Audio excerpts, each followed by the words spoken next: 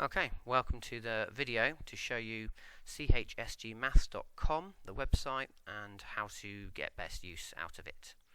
The first section I want to highlight is the scheme of work, which is where we follow and the students can see what they're doing for the whole of the Key Stage 3 and 4, mainly on Key Stage 4 at the moment, which is years 9, 10 and 11. So if you click on where it says scheme of work up here, you get the page you're looking at now. And if you are in 9x2, for example, if you click on 9x2, this will give you a spreadsheet which tells you the work that we're covering, and it will look shorter than it seems because this is the entire 3-year course, or 2.5 in this situation, because there's revision in year 11. But in the first section here it says Unit 1 number. There's not a great deal of depth. On the left hand side there's a little plus button just slightly below it. If you press that, the expanding section tells you the prior knowledge they need to have beforehand, which is this, and on the right hand side the objectives, the new stuff they need to be able to learn. So it says estimate an answer, use place value, number of product of prime factors. These are the things that they are covering in that particular unit. If I press the minus again, it will go back to its original size. So if you happen to be in 9x1, you can follow that and you can see what you're doing, and we do follow that in order. So if we happen to be in the angles and trigonometry section, the next section is graphs.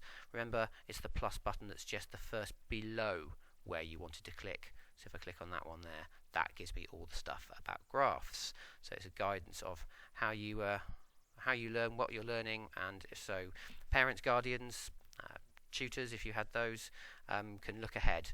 Plus you can also look backwards and remind yourself of things you have done in the past. Okay, so that was all on the scheme of work section. Let me close that down. So that's in here. Now in more detail, if you go up to the scheme of work, and this is a work in progress, but if you click on the drop down menu for higher, for example if you're doing the higher tier or the foundation tier, the higher tier, if we click on unit 1, the number unit, we're creating a page around every single unit we do.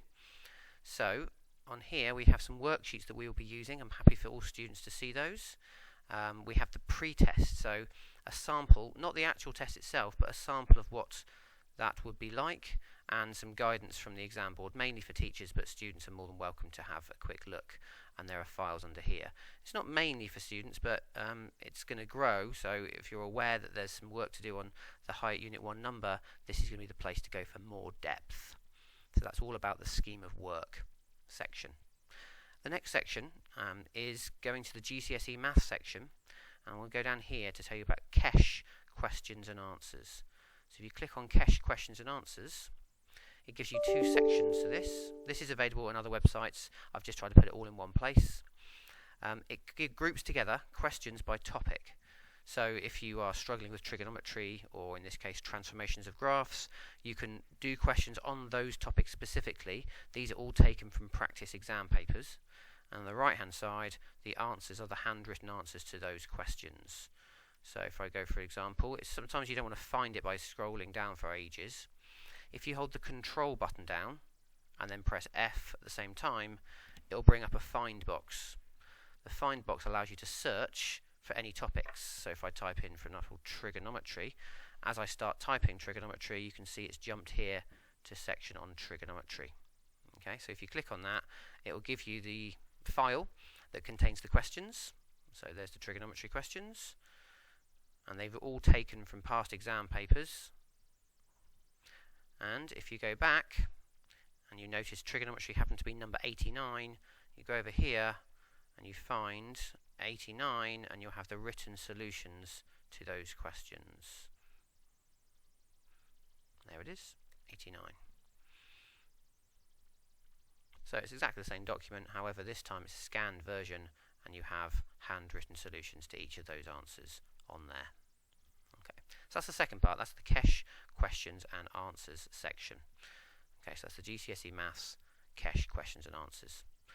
Now, the next section is the aiming for. So to get some practice on particular skill levels rather than topics, if you click on aiming for, these booklets give you aiming for a 1, a 3, a 5 or a 7. So it's all questions around the same topic area, and again they come with answers.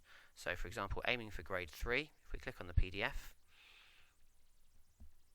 we scroll down, you have all the topics that are about that level. So again, questions are here, they're all the same sort of level, and then if you click back, the answers are underneath. Oh no, they're above. So here, grade 3 answers, click on that, and you have the booklet and the work solutions are in there. So you have how to do it as well. So that's focusing on a particular level, so 1, 3, 5 and 7. Okay, there is other stuff for 8 and 9 coming soon. We have revision workbooks for those as well. But there's just two of the things that you need to look at, so you're familiar as parents or guardians in ways that students can find questions and solutions to many of the things they're looking for, including the scheme of work, which shows you what they're being taught. Okay, thank you for listening.